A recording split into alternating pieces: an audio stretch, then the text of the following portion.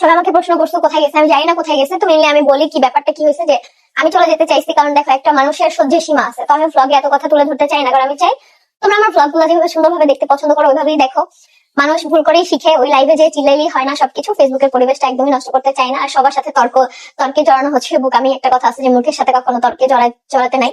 তো এই ব্যাপারটা হচ্ছে যে আমি চলে যেতে চাইছি, যে না আমি চলে যাবো। আম্মু আমাকে কল করে বলছে যে তুমি চলে আসো, যেহেতু তোমাদের স্ট্যাম্প করা আছে, সো ডিভোর্স করার কোনো এখন বিষয় না। বাট তোমাদের ভাই তখন বলছে যে না থাক, তোমার সংসার, তুমি এত কষ্ট করছো, এই সংসারের জন্য তুমি থাকো, আমি চলে যাচ্ছি। তারপরে আমি তাকে আটকাই নাই, সেই চলে গেছে। তার সাথে গেছে সোহাগ আর রাব্বি, দুইজন। তো কোথায় গেছে আমি জানি না, তোমরা যতটুকু জানো আমি অতটুকুই জানি। তারপর থেকে তাদের বাসায় গেছে কিনা বা অন্য কোথাও গেছে কিনা আই ডোন্ট নো, এই এতটুকুই জানি। তারপর থেকে আমি এই বাসায় আসছি। তো আজকে আম্মু আসছে বাসায়, সানিম আসছে, এই আর স্বামী তো আমার কাছে আসেই।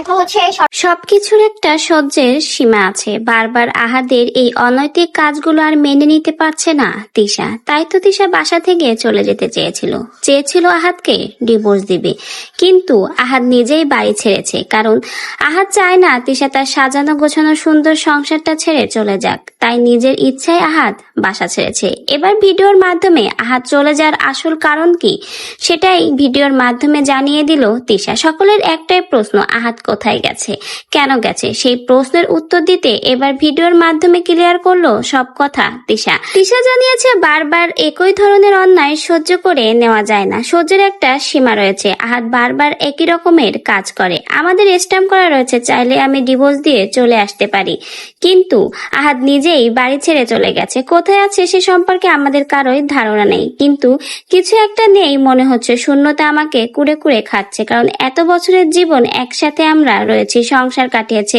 হঠাৎ করে একটা মানুষকে ছাড়া রমজান পালন করছি, এজন্য খারাপ লাগছে।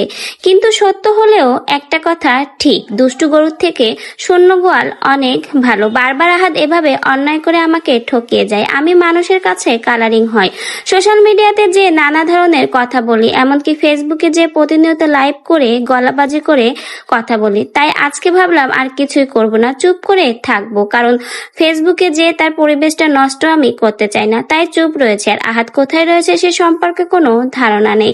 এখন নিজের মতো থাকবো, ভবিষ্যৎটা সুন্দরভাবে গুছিয়ে নিব।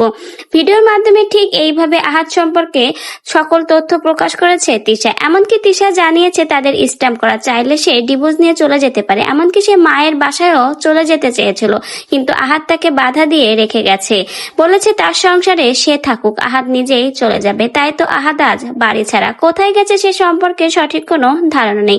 তো ভিউয়ার্স, হঠাৎ করে আহাদের এই পঞ্চম বিয়ের পরে আহাদ তিশা সেই সুন্দর সাজানো গোছানো 4 বছরের সংসারে নেমে আসলো ঝড়, যার জন্য আজকে বাড়ি ছাড়া হয়েছে আহাদ। এমন আহাদ কোথায় আছে, কি করছে, তার শারীরিক অবস্থা কেমন সে সম্পর্কে কোনো ধারণাও নেই। তো ভিউয়ার্স, কি মনে হয় তাদের এই মান অভিমান কি আবারও মিটবে? আবারও কি আহাদ সংসারে ফিরে আসবে? আপনাদের কি মন্তব্য?